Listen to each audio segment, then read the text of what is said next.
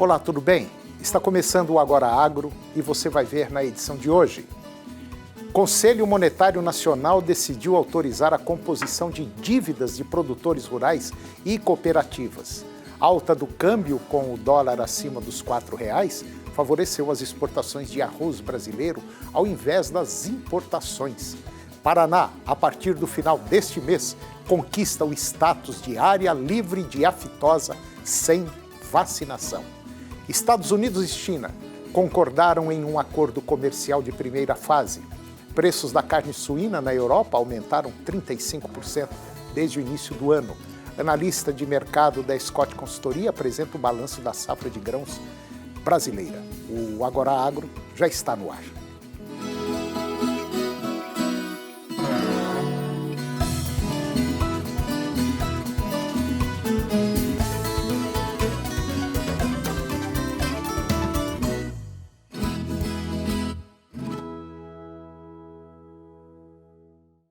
O Conselho Monetário Nacional, CMN, ele decidiu autorizar agora a composição de dívidas de produtores rurais e cooperativas de produção que tiveram problemas climáticos ou de comercialização. A ministra Tereza Cristina disse que a medida ela vai beneficiar especialmente os produtores de arroz do país. A medida vale para operações de crédito rural, de custeio e de investimentos contratados até 28 de dezembro de 2017, inclusive aquelas prorrogadas por autorização do Conselho Monetário Nacional. O objetivo é possibilitar o alongamento dos prazos de reembolso dos financiamentos de produtores rurais e suas cooperativas de produção, cujo pagamento no cronograma contratual ele foi dificultado por problemas climáticos ou de comercialização. E segundo o Ministério da Economia, entre as composições de dívidas estão o limite de crédito por beneficiário de até R$ 3 milhões com taxa efetiva de juros de 8% ao ano.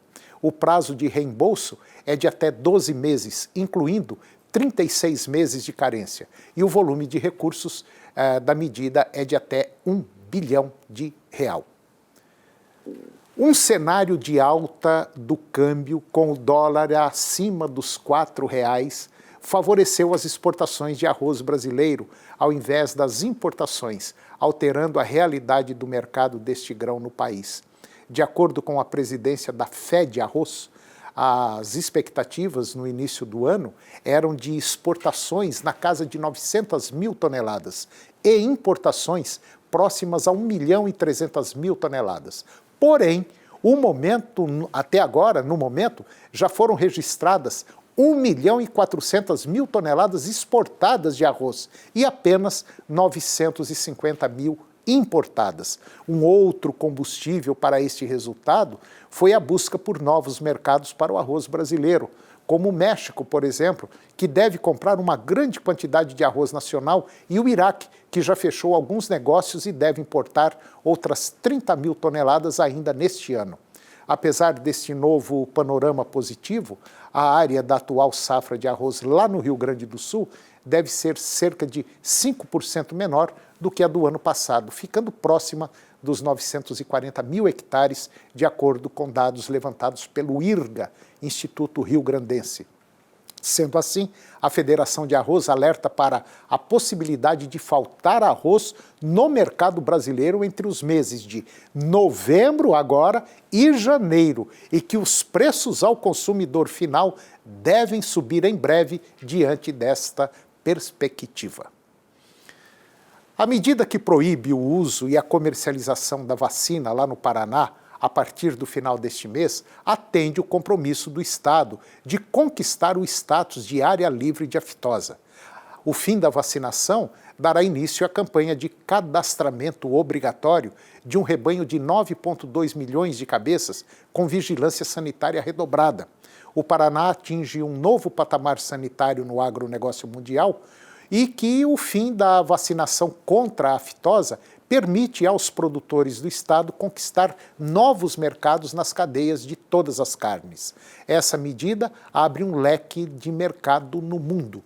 Cerca de 65% dos países não compram carne suína no Paraná, em função da vacinação contra a aftosa. A pecuária paranaense passa a ter um novo patamar agora. Segundo o governador do Paraná, agora é o momento de resgatar a produção de bezerros, melhorar a genética animal e ampliar as granjas. E depois do intervalo, você vai ver que Estados Unidos e China concordaram em um acordo comercial de primeira fase. Preços da carne suína na Europa aumentaram 35% desde o início do ano. E a analista de mercado da Scott Consultoria vai apresentar um balanço da safra brasileira de grãos. É um minutinho só, nós voltamos já.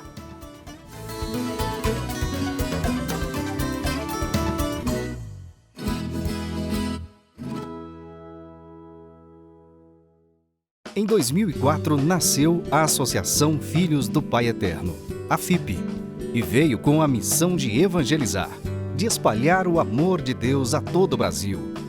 Nasceu a partir do Santuário Basílica de Trindade para reunir, formar uma grande família de devotos do Divino Pai Eterno.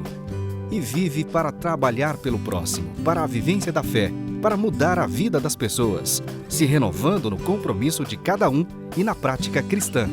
E tudo só acontece pelo seu apoio, pela sua doação. Faça parte desta família de amor. Associação Filhos do Pai Eterno. 62 3506 9800.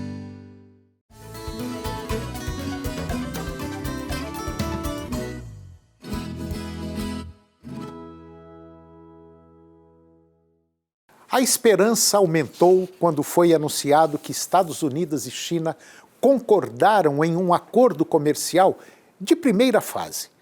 Esta fase deve incluir aí por volta de 50 bilhões de dólares em compras agrícolas pela China, supostamente 30 milhões de toneladas métricas de soja e uma quantidade não especificada de carne suína.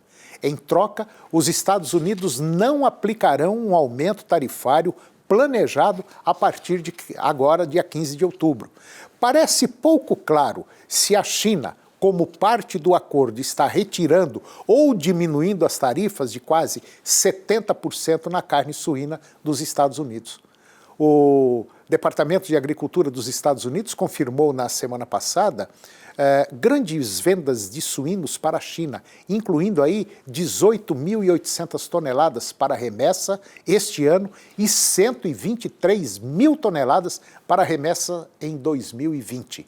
Na aritmética do fazendeiro, o total é igual a aproximadamente aí 1.500.000 suínos no mercado em um equivalente carcaça.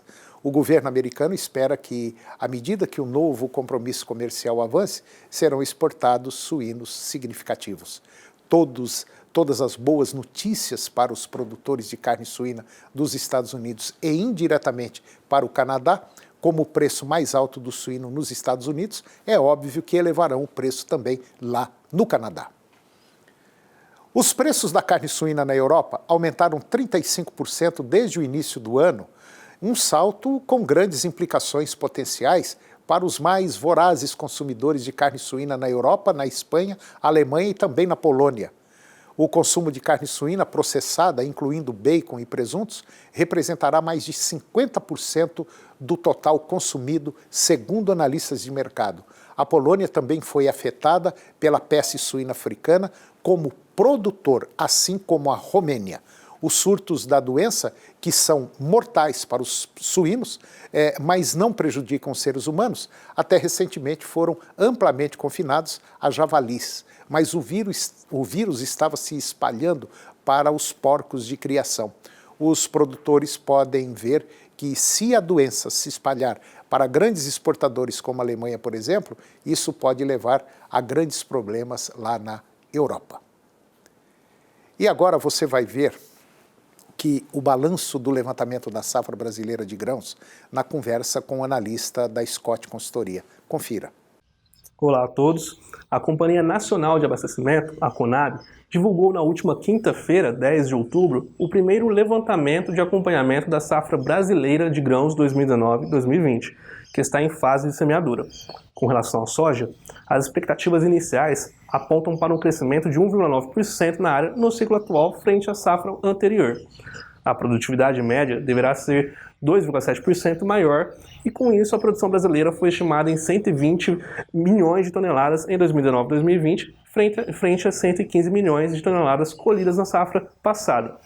Com relação ao milho, na primeira safra, ou safra de verão, a Conab estima um aumento de 1% na área semeada em 2019-2020, frente à temporada anterior.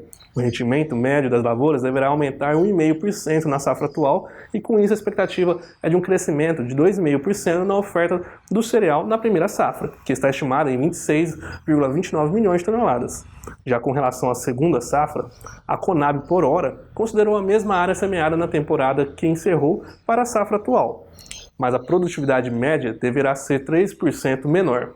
Com isso, a produção na safra de inverno, ou segunda safra, está estimada em 70,94 milhões de toneladas de milho, frente a 73,18 milhões de toneladas colhidas em 2018 e 2019. A semeadura da safra de grãos 2019-2020, da primeira safra, está em andamento no país. E o clima adverso tem prejudicado o avanço dos trabalhos em importantes regiões produtoras, o que pode levar a uma queda na produção para a safra seguinte. Bom, eu sou Felipe Reis, zootecnista e analista de mercado da Scott Consultoria. Um abraço a todos e até a próxima. E depois do intervalo, nós vamos falar sobre as plantas medicinais que servem para desintoxicar a esteatose hepática, ou comumente chamada de gordura no fígado. É um minutinho só, nós voltamos já.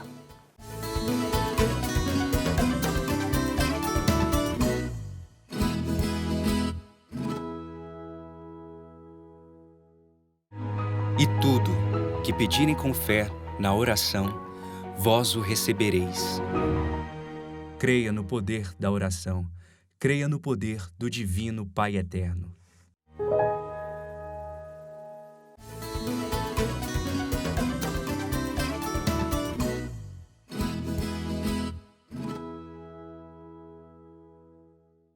Eu vou conversar agora com a doutora Mara Rúbia Ferreira de Freitas. A doutora Mara ela é farmacêutica, bioquímica, diretora do Hospital de Medicina Alternativa aqui do estado de Goiás e ela é proprietária da Naturofarma.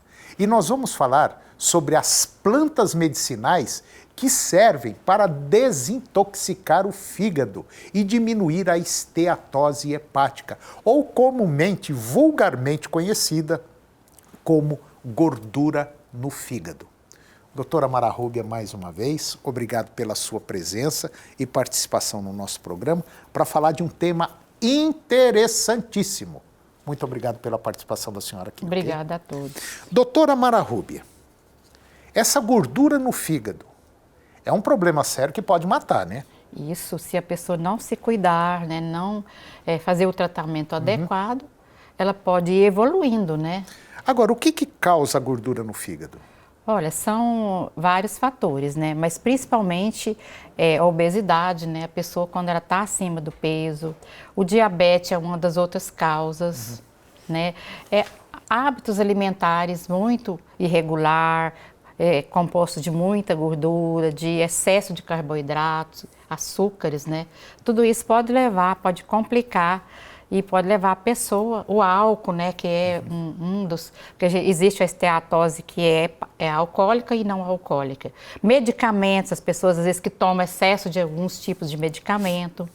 Sedentarismo, a pessoa sedentária tem mais predisposição a ter uma esteatose hepática, uma gordura no fígado. E de maneira geral, a pessoa que tem essa esteatose hepática, essa gordura no fígado, qual que é o sintoma que ele sente? O que ele sente?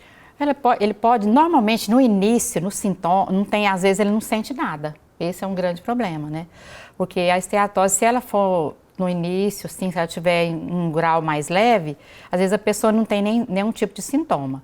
Mas se ela começar a evoluir, ela pode ter alguns sintomas, ela pode sentir fraqueza, pode sentir enjoo, ela pode sentir um peso, né? Uma má digestão. Pode sentir alguma cólica. Aquele velho jargão. O sujeito almoça ou janta e fala, nossa, parece que eu comi um boi. Nossa, a digestão não fez até agora. Nossa, mas eu estou empanturrado. Pode ser um pode sintoma. Ser um pode sinal, ser. Pode não ser esteatose, mas pode ser um sintoma também. Às vezes pode ser só uma má digestão mesmo. Mas se ele tem isso constante? E se ele tem isso constante, tem que investigar, né? Porque ele pode já estar com um quadro leve, que se não for cuidado, ele vai evoluindo, né? Aos poucos, que pode chegar até uma cirrose ou mesmo um tumor de fígado, né? Então, é bem interessante a pessoa realmente prevenir, né, a doença. Agora, qual é o especialista que ele teria que procurar, doutora Mara? Olha, o especialista geralmente seria um gastro, mas pode também ser um médico na área... Clínico geral? Clínico geral e também um médico na área que a gente fala de complementar, né? O médico fitoterapeuta, homeopata, que também vê o organismo como um todo. Entendi. Porque é importante investigar para saber se ele já não está no início, né? Dependendo dos sintomas que ele apresenta. E aí essa investigação pode ser feita por todos esses profissionais, né? E o pior é que tem muita gente que gosta aí de uma pinguinha, de uma cachaçinha, gosta de uma cerveja bem gelada, uma carne meio gordurosa, principalmente quando bate aí uma sexta, sábado e domingo, né, doutora Mara? A gente sabe que os erros alimentares e o sedentarismo que leva à obesidade são um dos principais fatores, né? Claro que tem a questão, inclusive, genética. Muitas pessoas já têm a tendência de ter algum problema hepático. Mas é comprovado que os hábitos errados são os principais fatores que pode levar a esse quadro que hoje está quase que muito comum, né? As pessoas têm apresentado cada vez mais esses quadros que às vezes nem sabem. Por isso é importante estar sempre procurando orientação. E a hora que um chega a procurar, a coisa já está bem avançada, né? Aí a coisa complica, não complica? Complica bastante, né? Agora, pessoal que mora, por exemplo, em propriedades rurais, assim, cidade do interior, tem uma certa facilidade com plantas medicinais nativas. Nós temos uma série de plantas que servem, por exemplo, para desinchar ou diminuir um pouquinho essa gordura no fígado, né? Nós temos, por exemplo, a alcachofra e a carqueja. É muito comum a carqueja, né? A carqueja é uma planta facílima de ser cultivada, até no quintal a pessoa pode plantar, uma planta bem interessante. Tem o sabor amargo, mas justamente as plantas amargas que têm geralmente um resultado muito bom. É verdade. Para a parte hepática e digestiva, né? A alcachofra também pode ser adquirida ou pode ser feito um produto manipulado, né, com a alcachofra, que é muito importante também todos esses processos hepáticos. Agora, o dente de leão e o hortelã. O dente de leão também é bem comum, bem fácil de ser cultivado. É uma planta que às vezes até cresce espontaneamente, né? Às vezes você encontra ela aí. E o hortelã também, né? O hortelã é facílimo, né? Você pode plantar, você pode ter um canteiro, às vezes até quem mora em apartamento pode ter um canteirinho. E é bem importante você estar usando, porque ela é uma planta que diminui as gorduras do corpo. Inclusive colesterol alto, triglicérido, que também é outro fator de risco, né? Boldo e o cardo mariano. O boldo é uma planta consagrada para a parte digestiva e hepática, né? O vizinho ele já tinha no jardim dele um pé de boldo, porque ele gostava de um mé, sabe? De um mézinho. Mas era tranquilo, o pezinho de boldo parecia que tinha dado formiga nele. Tava lá, qualquer motivo, era motivo dele tomar Faz um chazinho, bebe, achava ruim porque é amargo, né? É amargo, mas é uma planta ótima para o fígado, para a digestão de uma forma geral. Aí nós temos o cúrcuma longa, que é nós temos açafrão, o nosso açafrão e tem o nim indiano, né? Nim indiano, é uma árvore também muito fácil de ser cultivada, muito comum hoje aqui no Brasil, uma planta amarga também, as folhas é a melhor parte para ser usado. Então você pode fazer preparações de várias formas, ou chás, infusões, ou também mandar manipular receitas, fórmulas com esses produtos, às vezes até associar mais de um. Entendi. Losna e espinheira santa, também é muito comum, né? Losna é facílimo também, né? A losna é uma planta muito amarga, mas excelente para qualquer problema digestivo e hepático. Eu já fiz até experiência comigo mesmo, né? Usando a losna, algum problema digestivo melhora com uma rapidez assim. E geralmente essas plantas medicinais, elas podem ser consideradas assim até uma santa, né? É um negócio milagroso, muito bom, Muitas vezes você fala, eu vou tomar porque Às vezes alguém fala assim, mas se você for estudar e entender o processo... Nossa, é muito bom. Porque as plantas, elas têm as substâncias químicas, né? Então, elas vão atuar de forma realmente, como às vezes um medicamento tradicional. Jurubeba e quebra-pedra. Jurubeba é uma planta também muito comum, muito conhecida. E as pessoas, inclusive do interior, de fazenda, gostam de usar, inclusive os picas, né, de jurubeba. É excelente para o fígado, tem uma ação desintoxicante, de diminuir as gorduras. Quebra-pedra também. O quebra-pedra é fantástico. Inclusive, tem trabalho de pesquisa mostrando como o quebra-pedra atua no fígado, né? Melhorando todo o processo do metabolismo e também diminuindo as gorduras. Inclusive, em caso de hepatite, o quebra-pedra tem sido usado, tem sido feita pesquisa comprovando o efeito dele. Eu sempre digo o seguinte: toda propriedade rural é uma farmácia a céu aberto. Se a pessoa tiver noção de plantas, pode ter certeza absoluta.